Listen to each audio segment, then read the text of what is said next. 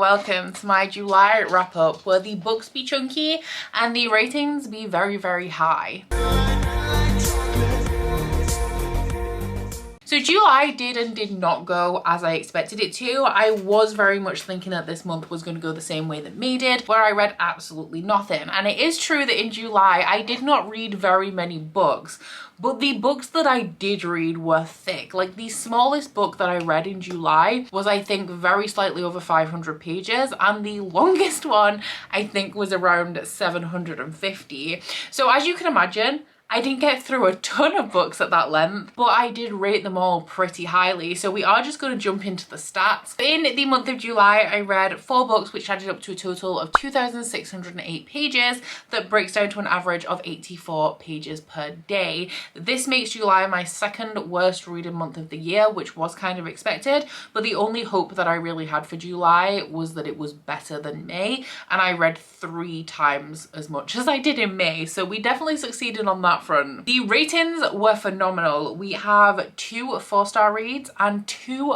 5-star reads, breaking down to an average of 4.5 per book, which is unheard of. My usual average is around 3.6, I want to say. In terms of the demographics, I read 3 adult books and 1 new adult. For the formats, we had 3 standardly formatted novels and 1 audio. For the genres, we had 1 fantasy, 1 fantasy romance, 1 paranormal and 1 sci-fi. And finally, for the places where I sourced these books from, 3 of them were from my own TBR that existed prior to the start of 2023, and 1 of them I have hauled in 2023. There was a DNF on top of the 4 books that I read, which we're going to talk about first. There is honestly no tea with this DNF, but that was Gwen and I Are Not in Love by Lex Croucher, which is a arc that I received from Bloomsbury. This one is a YA historical fantasy-ish romance. At its heart, it's like a contemporary romance that talks about contemporary issues, but it is on the backdrop of Camelot. And this isn't an Arthurian legend retelling, because Gwen and Art are not Guinevere and Arthur, although Arthur in here is distantly related to Arthur. Like, the characters in here know of the legend of Merlin and Arthur, but nobody in this book has ever met them. So Gwen and Art are betrothed, and the problem with this is that they hate each other. So after Gwen finds Art kissing, I think it's a stable boy, and after Art finds Gwen writing like soppy diary entries about a female knight, they decide to go along with their betrothal in order to like kind of pursue their separate things, but make everybody think that they actually like each other. So there was absolutely nothing wrong with this book. I read about halfway, I think, maybe to around page 200 in this, and it was enjoyable. I liked it, but I just knew that I was probably going to give this book 3 stars, and not because it was bad, just because it's really not my thing. The reason why I wanted to try this is because I thought it sounded very much like the kind of books that Casey McQuiston likes, and I do enjoy Casey McQuiston books, but while I was reading it, I was just it's hard to say because like it wasn't bad at all, but I just knew that I was going to give this a very average rating and it wasn't going to stick in my mind because it's not the kind of thing that I'm usually into and not the kind of thing that I was in the mood for at the time. If this does sound interesting to you, if you're a big fan of like Casey McQuiston, then I do definitely recommend giving this one a try because I think that you will love it. But I don't normally read stuff like that, and so for me it wasn't going to be a book that I loved, and I just decided to call it quits. Next up, I read what is potentially my favorite book of the year right now. It very much depends on what I'm going to be reading in August because I only have 1 book per series in my top 10, so if the sequel to this book ends up being better, then this won't end up in my best books of the year. But that one is Dark Age by Pierce Brown, and let me tell you, the age do be dark in here. This is the 5th book in the Red Rising series, which is one of my favorite series of all time. In this, we're following a guy called Darrow who is a red in a color cast system where reds are right at the bottom and golds are right at the top. So Darrow and his people are mining for a valuable substance called helium-3 so that the galaxy can be terraformed so that people can escape the dying planet Earth. However, after Darrow's wife makes herself a martyr to spur Darrow into action, Darrow goes to the surface of Mars and realizes that the planets have been terraformed for quite some time and his people are essentially being kept in slavery. So then he joins a rebellion and from that moment on dedicates himself to tearing the golds apart from the inside. So the first trilogy takes place when Darrow is between the ages of like 16 and his very early 20s. I want to say maybe 23, 24. And the second story arc, which is going to be the second 4 books, books 4 through 7, take place 10 years after the end of book 3. Obviously, I can't really tell you the plot of this without spoiling the first trilogy, but the easiest way to summarize it is to say that they won the battle, but they haven't won the war. So something that I really love about this second story arc is that it is dealing with repercussions and consequences of things that actually happened in the first trilogy, which were wrapped up nice enough in the first 3 books, but would realistically have long-lasting repercussions. And in this second arc, Darrow has to deal with those repercussions. The second story arc is also multi-perspective. Iron Gold introduced us to a whole bunch of new perspectives, like characters that are kind of adjacent to characters that we've met before, but Dark Age also added a couple of perspectives of characters that we've known and loved for a long time, which I really enjoyed. There are so many trigger warnings for this book though. This book pretty much put all of the characters in a terrible place. It's called Dark Age for a reason.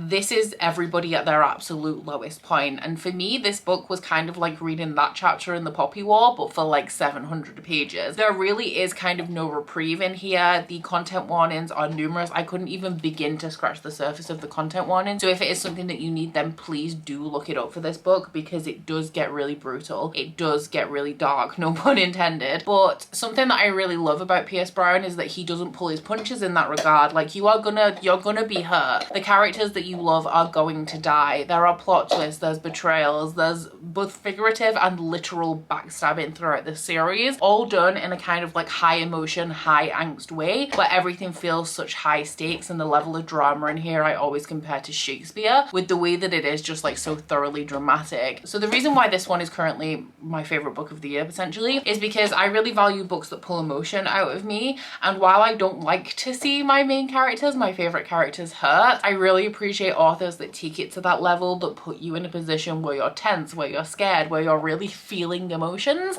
And this book definitely took me there, so it was a 5-star rating from me. Lightbringer, I am hoping to start this week. Goldsboro has started processing my order, so as soon as it arrives, I'm starting it, and I'm scared. The next book I picked up was the ever popular, ever hyped Fourth Wing by Rebecca Yarros, and I truly thought I was gonna hate this book, okay? And I started it, and I still thought I was gonna hate it, and then by the end I ended up giving it 5 stars. So this one is a new adult fantasy romance that is following a young woman who comes from a family of dragon riders. Her father was a scribe, but her mother and all of her siblings have been dragon riders.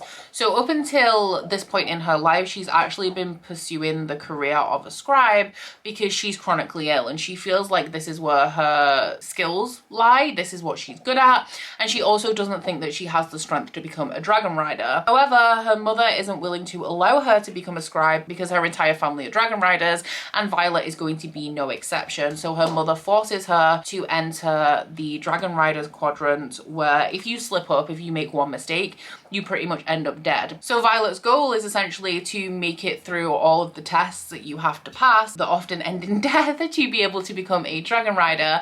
And along the way, during your first year, you are hopefully, fingers crossed, chosen by a dragon to allow this to become a reality. There is an enemies to lovers plotline in here, which I think is very obvious. I'm not going to say, but like, it's very obvious who it is from very early on in the book, like who the love interest is going to be. But we also have a little bit of a love triangle in here, and also like external forces, like an external war that's going on in the background that I think is going to form the bulk of the plot, like in the rest of the series. So there are so many things about this book that aren't great. Like, I will admit it. The writing is not amazing. It feels very much like you're reading a YA dystopian from like 2015. It was giving me Divergent vibes in the writing, in the characters. The love triangle that's set up in here isn't at all believable. It's very obvious from early on who the actual love interest is going to be. And the other person is just there to consistently form tension within the plot. There is somebody who takes a disliking to Violet the minute that he sees her. I don't really understand what his purpose was. He was very much like an anime bully. He spotted her and like decided he was going to kill her, and from that moment on, like, he was an antagonist for very little reason, I feel, other than for him to be there. There's nothing that this book does as well that really hasn't been done before in terms of the plot, the tropes, the narrative structure of this, but it is pretty much just a series of very, very popular tropes done well and mashed into one book. So it's hard to say at what point I ended up loving this. I think it's at the point that the dragons become a main part of the story. I do really like the romance in here as well, which kind of makes sense because Rebecca Yarros comes from a background of being a contemporary romance author, but I love me an enemies to lovers story, and like I said, the love interest in here is not original. He's pretty much a carbon copy of at least 3 love interests that are coming to the top of my head right now. I did love it. It may make an appearance of my favorite books of the year list. Critically, I don't think it's very good. I don't think it's the best, but I do think that it is very enjoyable, very compulsively readable, and also has a lot of those kind of like high stakes moments of high emotion that really get you invested in the story. My most disappointing book of the month was The Last Argument of Kings by Jo Abercrombie, which is the final book in the First Law trilogy. And man, does this not feel like the final book in anything, which is my main kind of issue with it. So this is part of the First Law universe, which is an extended universe that's broken up into a trilogy, 3 standalones, a collection of short stories, and a second trilogy. And in this trilogy in particular, this is the last book of the first trilogy, we're following 3 characters. One is a northern barbarian, one is a nobleman and a fencing champion, and one is a torturer for the government. They, because of circumstances, all kind of end up converged around this country called the Union and going off on these like little separate missions that all kind of tie together, but it's not immediately obvious what the plot is when you start out in this series. War plays a big part in this series. We have a war that is 100% brewing with the North, like that is definitely going to happen. And we also have some like tension bubbling under the surface in the South. We also have magic playing a huge part in this series. This is a world where the average citizen does not remember magic, like they think that magic is the stuff of legend, and the magic is very much dying in this world. However, one of our prominent side characters is Bayaz, who is the first of the Magi, and he has a lot to do with immortals in the world, things that happened like 1,000 years ago and are tied to the magic. This series is full of, I wouldn't even call them anti-heroes, I would call them just morally grey characters, because none of them are necessarily the hero that's going to save the day. It's just a group of deeply flawed individuals that we're following as they are kind of, I want to say, swept away by the plot, because everybody in this series is very much maneuvered and it seems like they actually have very few choices or very little say in what happens. So they are not the people who are changing the world, they're kind of just people who are existing as a plot is playing out, if that makes any sense. I'm being kind of vague about it because part of the beauty of this series is not really knowing what's going on and kind of just realizing along with everybody else what's potentially happening. But the reason why this was kind of underwhelming for me, and I did give it 4 stars, but it's a very low 4, it's like a 3.5. The reason why this was so underwhelming is because it did not feel like the end of a series. It was so unsatisfying where everybody ended up, and I feel like that is the point. I feel like it further underpins the point that Jo Abercrombie's trying to make, because this is very much like Game of Thrones in a way, where everybody is focused on a point that is not the point. So in Game of Thrones, everybody's focused on who's going to be king, but the actual thing that people should be focused on is what's happening in the North. And it felt like Jo Abercrombie was going for a similar thing here, but to such an extreme that the pointlessness was the point, and that made it very, very dissatisfying to read. I do understand that that is potentially the point and it was very intentional, but sometimes while this is funny and some of the humor is satirical, it felt like going a little bit too far and poking fun at fantasy as a genre, which I feel like is not what I was expecting or wanting from this series at all. One of the reasons as well why this was so dissatisfying is because these characters, while based on the positions that they end up in, I definitely think we're going to see them again in later books. I'm pretty sure that they're not going to be the main characters of any books, they're just going to be side characters or people within the world, which makes where they ended up even more dissatisfying. And I feel like this series is a prequel, and I think that if I'd have gone into it knowing that it was a prequel, I would have been less disappointed and less dissatisfied. But going into this kind of not expecting it to be the main event as such, but when everybody talks about the First Law universe, they mainly talk about the First Law trilogy, so expecting it to be like the shining star in the First Law universe and being so dissatisfied with the ending, I don't really know how I feel about it, but it did still get a 4-star because I have grown attached to these characters. Something that I really love is that grey morality and how all of the characters are so deeply flawed. Like, you can't say that any of these characters are stand-up people, that they're heroes. They've all done very, very bad things. And I also really like the humour in here, and also Joe Abercrombie's writing. So yeah, it was a 3.5/4-star, my most disappointing read of the month, but I am interested based on this to kind of see what the point is. And I'm really worried that there's never going to be a point. And I'm really, really worried that Joe Abercrombie is going to keep telling me that there's no point, and the point is there's no point. And I'm worried that I'm going to read 10 books to find out that there's just never a point, you know? So we'll see how it goes. And the final book that I read in July was one that I really, really enjoyed, and I was very surprised both at the tone of this book and also that I ended up really enjoying it. But that was The Discovery of Witches by Deborah Harkness. There's always been a disconnect between what I expected this series to be and what other people have told me that it is. Because all I knew going into this is that it was an adult, like, paranormal story about a woman who finds a manuscript in a library. She is a witch. I know that there's historical elements in this series somewhere. I did think she got sucked into the manuscript, which isn't what happens, but knowing that it's set at Oxford and it's all very pretentious and it's all very highbrow, I expected this to be a very serious story, which was very confusing to me when people were saying, I love Discovery of Witches, it's so addictive, you won't be able to put it down, it's my favorite vampire romance. I couldn't put those two things together in my brain, but having read this, I now get it. This is adult Twilight. If you are a Twilight girly, or you were a Twilight girly back in the day, which I was in the year of like 2006 to 2010, you will love The Discovery of Witches because it pretty much is Twilight but with older characters. So in the story, we are following a young woman called Diana who is a witch, but she has decided that she wants nothing to do with witchcraft. She doesn't want to be a witch, and so she doesn't actually use any of her magic. She works at Oxford. She's a student. I don't know how like Red Brick University stuff works. It's far too pretentious for me. She is at the university library and she's calling a manuscript for some research she's doing, and she ends up calling this like iconic legendary manuscript that pertains to the creation of all magical creatures. So she reads a bit of it and then she just sends it back into the library, and before she knows it, all of these vampires, witches and demons have started to congregate around her day after day because they want to know how she called that manuscript and they want it for themselves. So one of these people that starts to congregate is a vampire professor called Matthew, who is our love interest, and he actually spends a lot of his time funding and researching projects looking into the origin of magic and magical creatures as a species, whether they're connected and where they all came from and that kind of thing. And this puts everyone's backs up because they then think that Diana is going to call the manuscript and give it to Matthew. And as you can imagine, this is a romance, so across the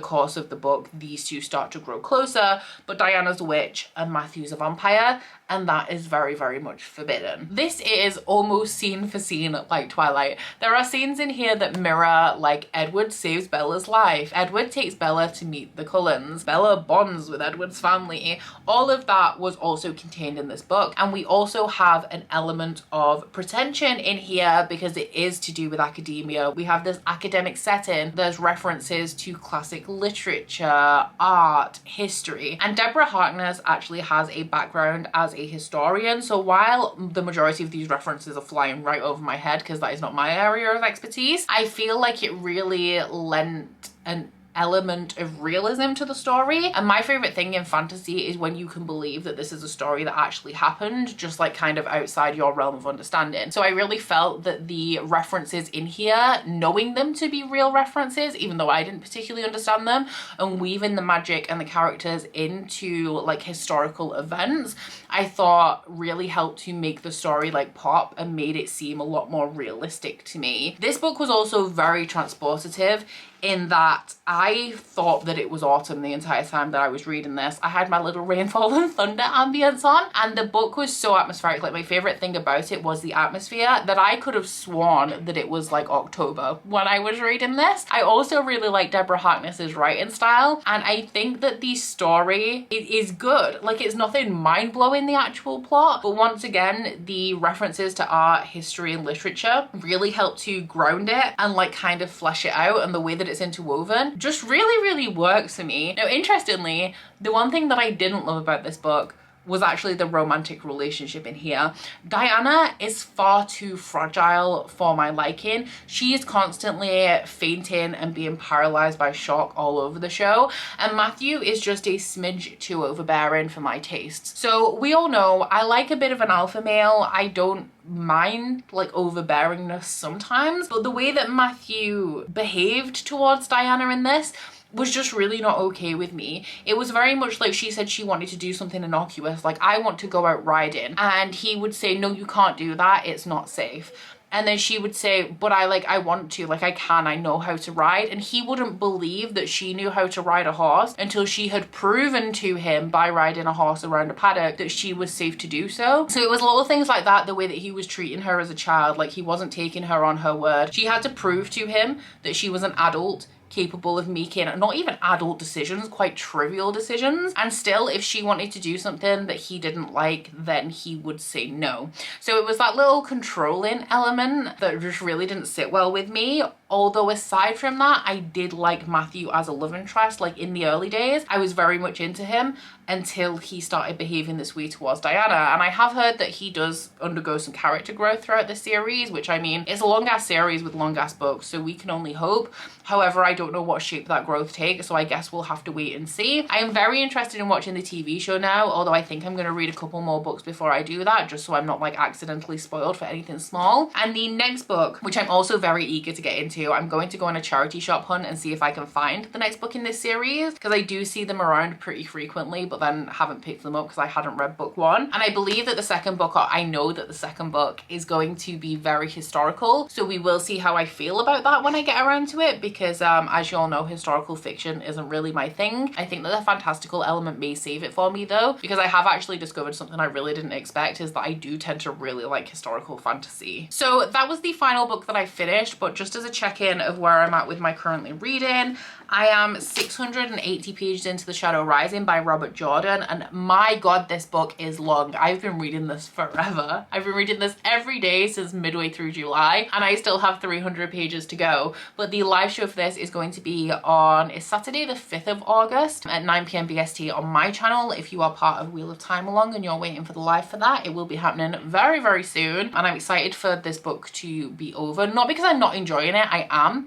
It's just I've been reading it for forever. It's 1,000 pages. And then the other book that I started on the last day of July and made it halfway through is Emily Wilde's Encyclopedia of Fairies by Heather Fawcett. This one is the Fairy Loot edition, and this one is all vibes. It's very much reminding me of An Enchantment of Ravens right now, and it is also a very welcome break from Wheel of Time. It's a lot pacier and a lot more kind of immediately compelling because it's a much shorter book. So I'm hoping to finish this in the next couple of days, and this one is also my first book for Magical Readathon as well. So that was everything that I read in the month of July. Down in my comments, please let me know if you've read any of these books and what you thought of them, but also what was your favorite book that you read in the month of July. I am very excited for August. I'm hoping to read a whole ton, and so far so good. I feel I've set myself up for success. Fingers crossed it just lasts for the entirety of the month. But aside from that, guys, please don't forget to like this video if you liked it, and subscribe if you wanna.